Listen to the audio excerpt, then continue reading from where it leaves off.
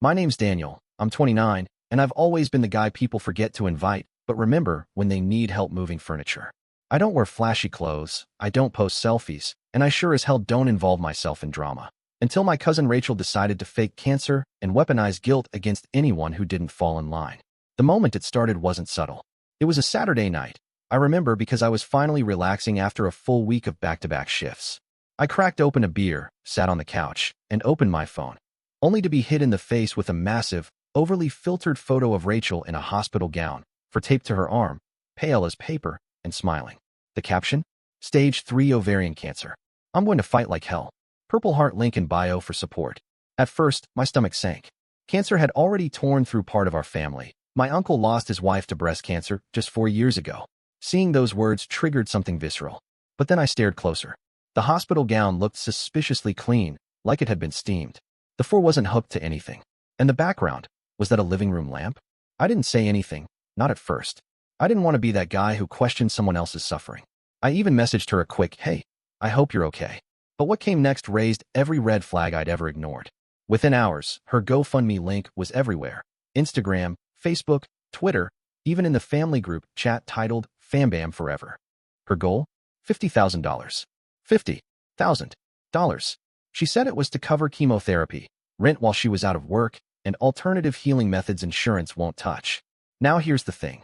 Rachel's always been a storm in a wine glass. Dramatic, charming, always the center of every room, even funerals. I swear at my grandfather's wake, she made it about her breakup with a guy named Leo, twice. She thrives off pity, thrives off drama. Still, I wanted to believe her. Until she called me out, publicly. She posted a long Instagram story. Half crying, half posing. Some family members have refused to help me. If you love someone and they're dying, and you still don't donate, well, maybe you were never really family to begin with. She didn't name me, but she didn't have to.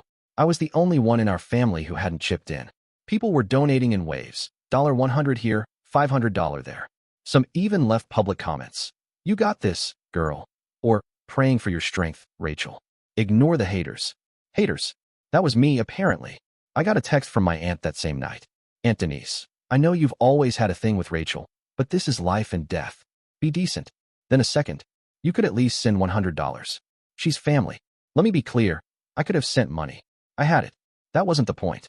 Something about the whole thing didn't sit right. The tape in the photo looked like it came from a Halloween store. Her hospital bracelet looked printed. Her timeline for diagnosis to fundraiser was too fast. I mean, just 2 days earlier she was posting selfies with matcha lattes and a caption about positive vibes. So I didn't donate. Instead, I started watching. I started screenshotting. Every story, every caption, every time she mentioned treatments. Because her story kept shifting. First it was ovarian cancer. Then it was they found something near my liver. Later, she mentioned lung spots.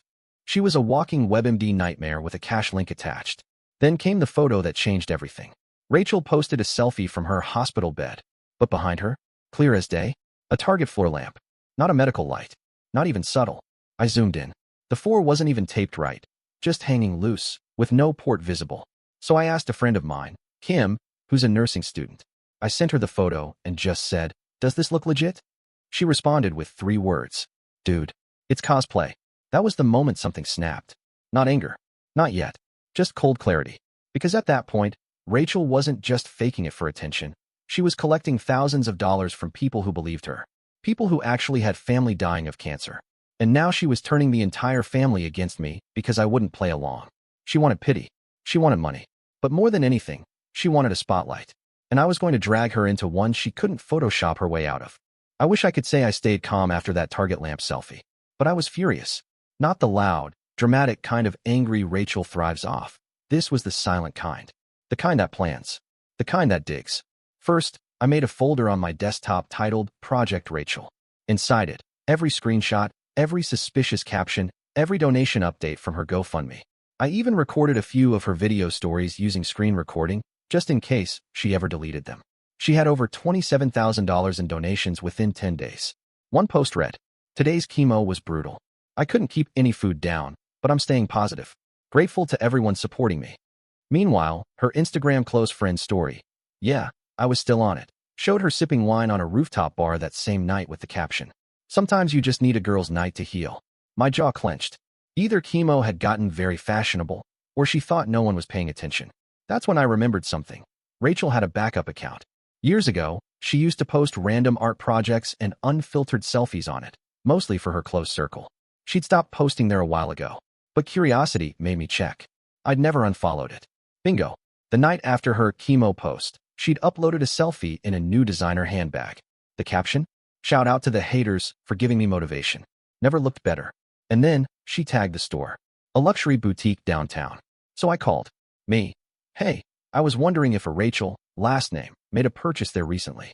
I'm trying to get her a gift and want to avoid duplicates. The woman on the phone hesitated, then confirmed. She just bought a Saint Laurent bag on Thursday. It was one of our last in stock. Do you want the same model? Thursday. Same day she posted she couldn't get out of bed from chemo side effects. I almost laughed. I didn't. I just added that screenshot to my folder, labeled it Saint Chemo. That same evening, my phone buzzed again. This time, it was a voicemail from my dad. Son, I don't know what's going on between you and Rachel, but your mom's upset. You need to stop spreading negativity.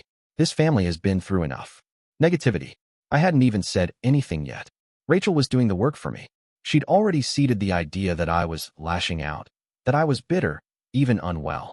She'd started planting hints that I was obsessed with tearing her down, that I was struggling with resentment issues. I'd heard her do this kind of manipulation before, usually to ex-boyfriends.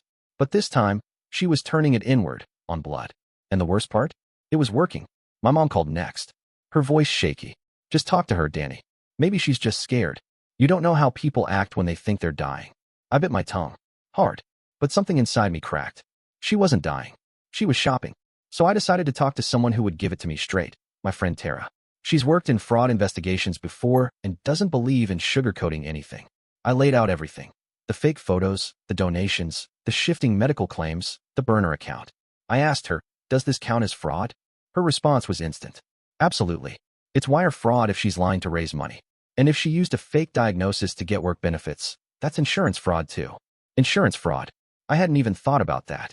Rachel worked in a mid-sized law office. She'd been on paid medical leave for the past month.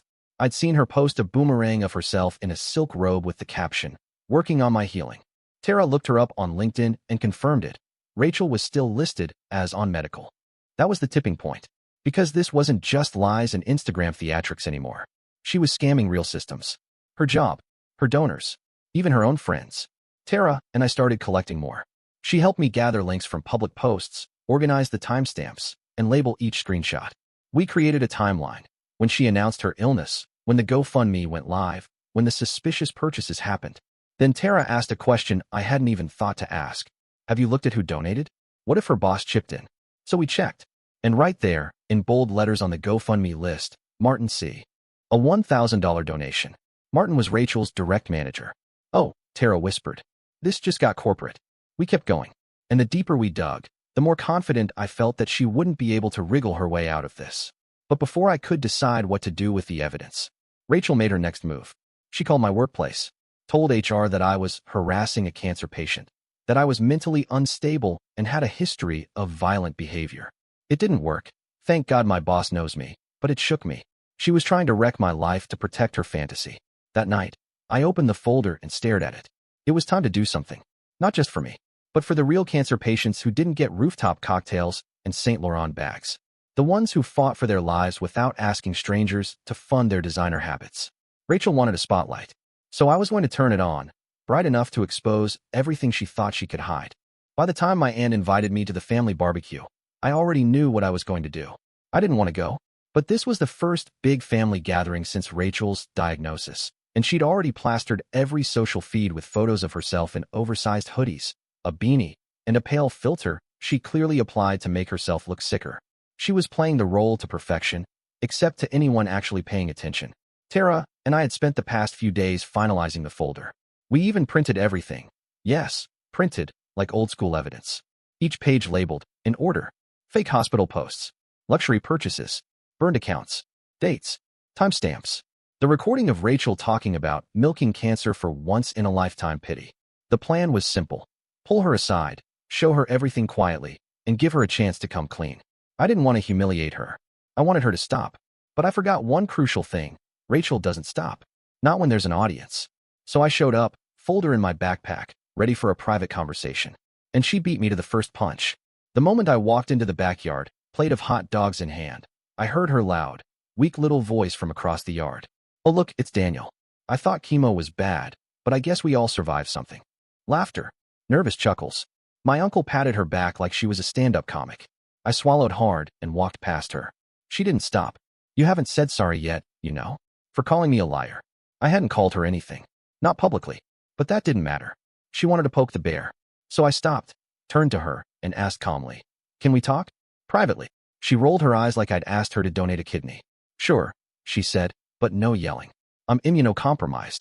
I followed her into the house. We ended up in the guest bedroom. I closed the door.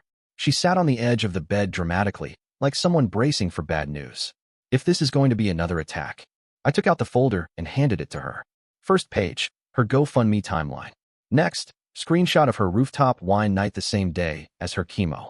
Then the designer bag purchase. The fake for. The burner post. Page after page of contradiction. She flipped through it in silence. Her face didn't move, didn't flinch, just stared, scanned, flipped, stared. And then, she laughed. Not nervously, not guiltily. She full-on cackled. "Oh my God, you actually made a scrapbook." I blinked. She dropped the folder on the bed like it was a joke gift. "Wow, you really are obsessed with me." Then she stood up and opened the door. "Let's give them a show, shall we?" I didn't understand what she meant until she dragged me out by the arm, straight back into the yard, yelling loudly enough for everyone to hear. "Daniel just accused me of faking cancer." The yard went dead quiet. Every head turned. Rachel clutched her stomach like she was about to faint. "This is what I've been dealing with. This is why I've been so stressed." My own cousin thinks I made up my diagnosis. My aunt gasped. My mom covered her mouth. My uncle stood. And me? I was just standing there with a backpack full of receipts while Rachel fake sobbed in front of a lemonade cooler. I tried to speak. "I didn't accuse you. I asked you to explain." "Explain what?" she snapped. "That I'm suffering and you're too bitter to care?" That's when she turned to the family and said, "He's been harassing me, following me online, calling stores I've been to. I had to block him because he's obsessed." And somehow, they believed her. My mom rushed to her side. My dad pulled me aside and whispered, "What the hell are you doing? This isn't how we handle things." "Dad, I have proof." "I don't care," he snapped. "This isn't a courtroom." No one wanted the truth. They wanted peace. And Rachel?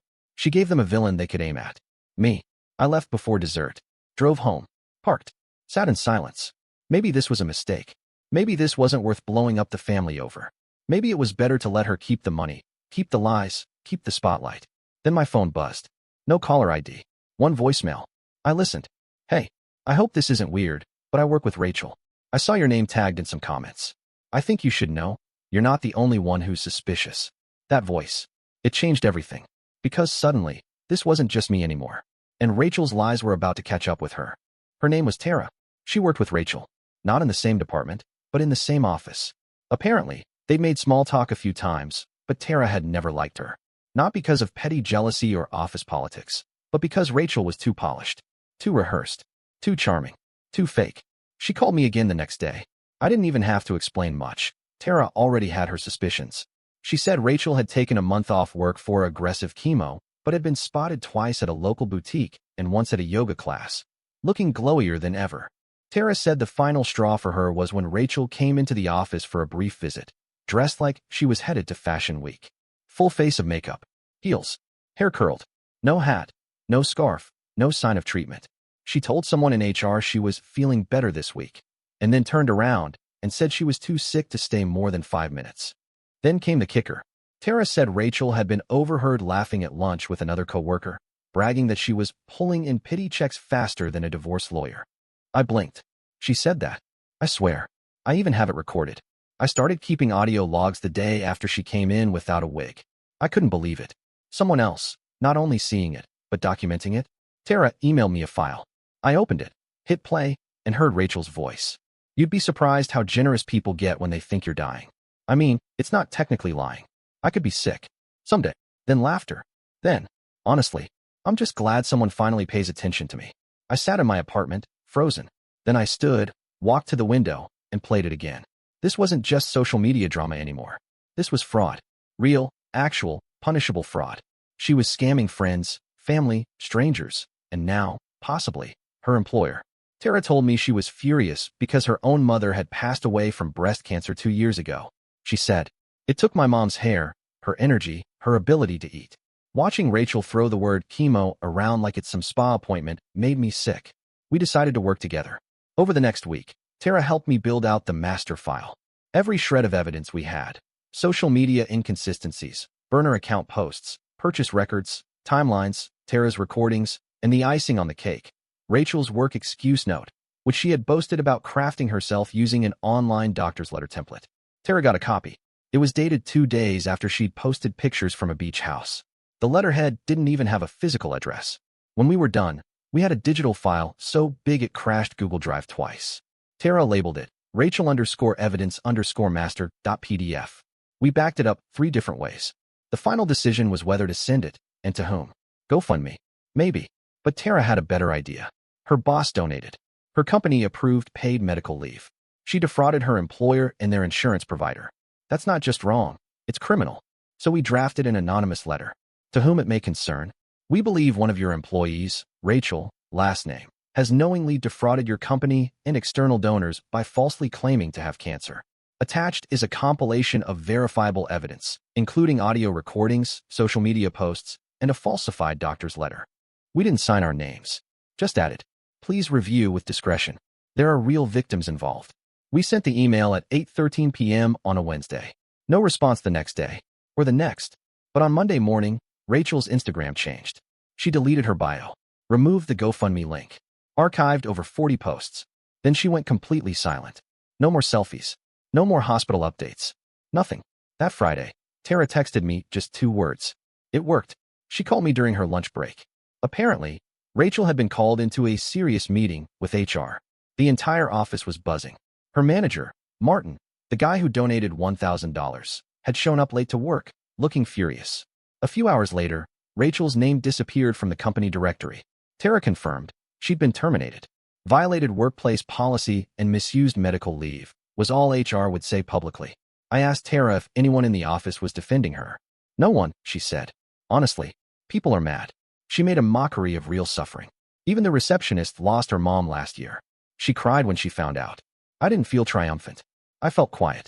Still, she'd faked cancer, lied to our family, took people's money, bullied me for not playing along. And now, she was finally facing real consequences. But I wasn't done yet. Because the family still had no idea. Rachel hadn't told anyone what happened. She was still playing the sick girl behind the scenes, just quieter now. Probably buying time. Planning her next narrative. So I decided to let her hang herself with her own lies. Let her choose whether to lie again. I just needed the right moment to give her the rope. And it came sooner than I expected. It started with another group text. Fam-bam forever. Let's do a family dinner next Friday at Mom's. Rachel says she's feeling strong enough to come. Of course. A comeback tour. It had been a little over 2 weeks since Rachel's social media went dark. The GoFundMe link was gone, her stories deleted, her photo captions all quietly edited. But she never made a public statement. Never admitted anything. She just went still. And now here she was, ready to soak up sympathy again, just without the wigs and IVs this time. Part of me didn't want to go. I was still the villain in most of their eyes, the heartless cousin who accused a cancer patient of faking it. The family traitor. But then I remembered what Tara said when I told her about the dinner. Don't confront her. Let her talk. Let her hang herself. So I showed up. I didn't bring anything. Not wine, not dessert. Just my phone. And that same folder, now sealed in a brown envelope, tucked under my arm. Dinner started out quiet. My aunt made lasagna. My uncle cracked dad jokes. Someone passed Rachel a glass of wine and said, "You sure you're okay to drink that?" She smiled and said, "Doctor said 1 glass is fine now that I'm in recovery." Now, that was rich. She looked vibrant. Her hair, styled in loose waves. Not a scarf in sight. Full face of makeup. High heels. The whole family fawned over her. You're such a fighter. God gives his toughest battles. You've inspired everyone. Rachel ate it up. She nodded solemnly, bit her lip like she was holding back tears. I swear, she even dabbed her eyes once with a napkin. My mom turned to me and whispered, "You see? You were wrong." That was it. I reached down and slid the envelope onto the table, just loud enough for the sound of the paper to interrupt the conversation. Rachel looked at it, then at me. "What's that?" she said lightly. I didn't answer. My uncle opened it first. He pulled out the first few pages, screenshots of her hospital photo beside the actual model photo from a costume website. A printout of the beach photo. The wine bar post with the same timestamp as her chemo story. The luxury bag receipt. And finally, the email chain from her employer. The one Tara sent me after HR concluded their investigation. Rachel's face went pale. No makeup filter this time. What is this? My aunt said, eyes scanning the pages. Rachel stood. Don't look at that. He's obsessed with me. This is the same crazy stuff he's been stalking me over for weeks. I didn't have to stalk you, I said quietly. You posted all of it yourself. None of that proves anything, she snapped. That's when I pulled out my phone, opened the voice memo file from Tara, and hit play. Rachel's voice. You'd be surprised how generous people get when they think you're dying. I mean, it's not technically lying. I could be sick. Someday. Silence. You could hear forks hitting plates. Someone, my cousin Matt, just muttered, "What the hell?" Rachel's mouth opened, then closed. Her hands clenched into fists. You recorded me, she hissed.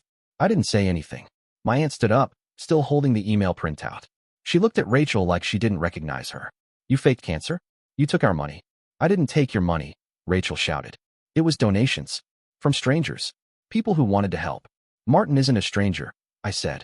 Your boss donated $1,000. Now he's the guy who fired you. She flinched. It was the first time I saw real fear cross her face. Get out, my aunt said suddenly. Her voice broke. Get out of my house. Rachel looked around, waiting for someone to defend her. No one moved. No one even looked at her. She grabbed her purse and stormed out, heels clicking down the hallway like a ticking bomb. The front door slammed. Then silence. Someone cleared their throat. My uncle sat back down, rubbed his temples. My mom just stared at me like she was seeing me for the first time. And then, quietly, my dad reached across the table and flipped the folder back open. Is this all of it? He asked. I nodded. He sighed. Then I think we owe you an apology. I didn't respond. Because honestly, I didn't need one. I just wanted it to be over. But of course, with Rachel, it wasn't. Not yet. After that dinner, everything changed. The family group chat went silent for 2 full days. Not even a single good morning gif from Aunt Denise. It was like a funeral for Rachel's credibility. No one wanted to say it out loud, but they all knew now. Every tear she'd shed, every dramatic story, every guilt trip, it was all fake. And the worst part? We'd paid her to lie to us. That Monday, I got a call from Tara. You're going to want to check GoFundMe. I opened the site. Her campaign was gone.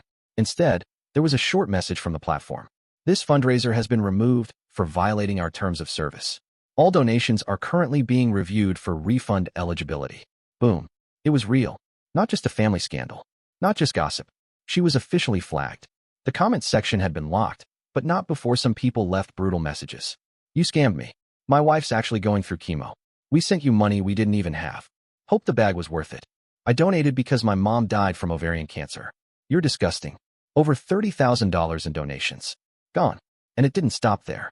Tara told me someone in Rachel's old office leaked the email trail. Apparently, a screenshot of her milking pity checks quote was making the rounds in an industry Slack group. One HR manager reportedly said, she's blacklisted from every firm I know. Meanwhile, Rachel had gone offline. Her Instagram vanished. Her burner was deleted. Her number, disconnected. She ghosted everyone. That would have been the end. But Rachel doesn't know how to let things end gracefully. 2 weeks later, my mom called me, whispering like we were in a spy movie. You need to see what she sent me. It was a letter. Not handwritten, printed. On fake letterhead. From Rachel. In it, she blamed me for everything. I trusted you, and you destroyed me. You turned the whole family against me. You always hated how much people liked me. But then it got unhinged. I may have exaggerated, but it was never about money. It was about survival. Emotional survival. I needed the support. I needed the love. She ended it with, you took everything from me. But I forgive you. Forgive me.